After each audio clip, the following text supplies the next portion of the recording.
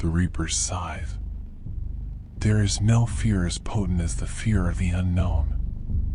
No monstrous visage discovered yet has been as terrifying as the infinite potential for horror which exists before the mask is removed. That is why we humans, in our naive misunderstanding of the universal order, are gripped by the mortal fear of death.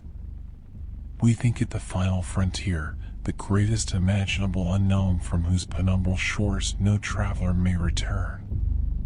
And so we cling desperately onto even the most dreary and anguished lives, suffering any known evil over our release into the beyond.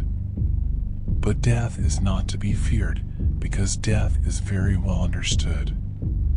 We have witnessed it, caused it, measured and recorded it to the last dying spasm of neuronal flickering.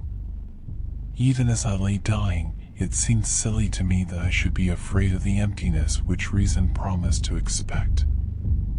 While I was alive, I wouldn't experience death, so there was no reason to be afraid now.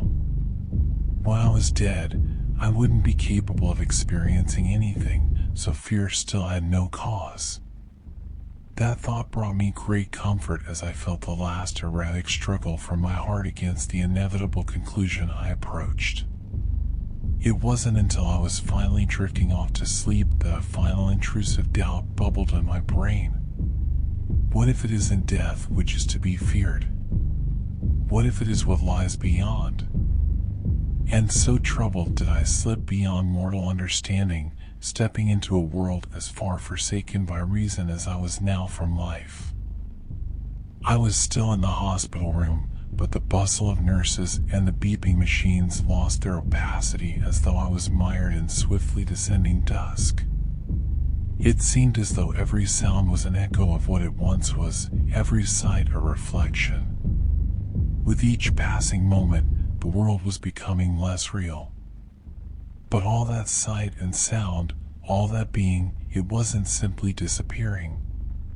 It was transforming into a figure beside me. The less real my room became, the more real the figure was, until presently it existed in such sharp actuality that nothing beside it seemed real at all. His cloak was black. Not the color black, but its essence. It was as though seeing a tiger after a lifetime of looking at a child's crude drawing and thinking that's all a tiger was.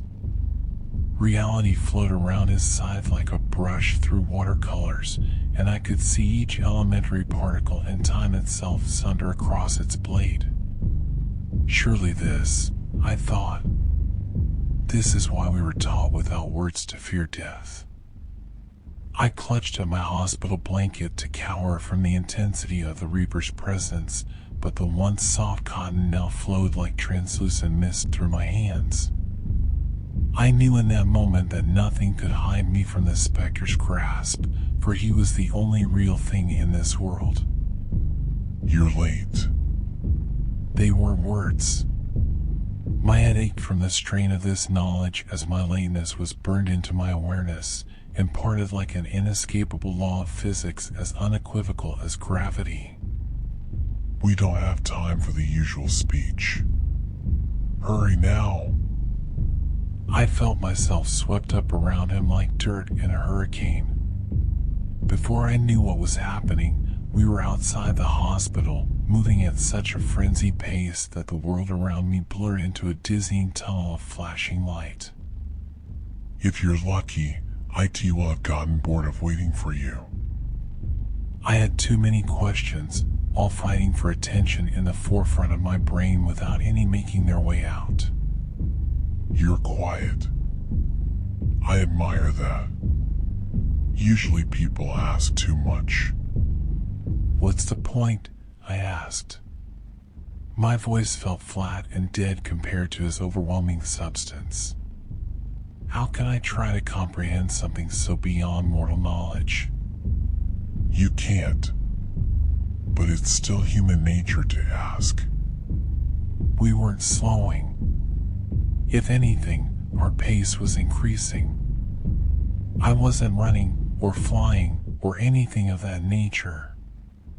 It was more like the rest of the world was moving around us while we stood still. A vague darkness and a heavy damp smell made me guess that we'd gone underground, but I couldn't say for sure. One question then, I asked. What else is here besides you? And that is why questions are pointless. Death is not a place or a person. It's all there is. Troubling thought, but made more so by the growing howl which began reverberating the rocks around me. We still seemed to be descending into the earth, and the air was growing warmer and denser now. The sound continued to mount as though the world itself was suffering. Then what is IT? What I'm here to protect you from. The rocks split from a flash of his scythe, and the ground opened further into a sprawling cavern dominated by a subterranean lake. But I thought you said you were all there is. No, I said death was all there is. We were moving any longer. Light glinted off the scythe from some unseen source and streamed into the lake like a tributary. Once inside, the light didn't reflect or dissipate, but swirled and danced like luminescent oil. I thought you were death. Death is not a person. The light was taking a life of its own inside the water. The still surface began to churn with the enigmatic energy. It took my scattered mind a long while to realize that I was the energy flowing into the lake. I still felt tangled up with the figure, but we now existed as a beam of light boiling into the water. I knew I wouldn't understand, but that didn't stop me from feeling frustrated. If death is all there is, then what is IT? What was waiting for me? The water pressed in around me and I couldn't speak, although I could still draw breath somehow. IT is here. Something was in the water around me. Hands grabbed me by the legs and began dragging me downward.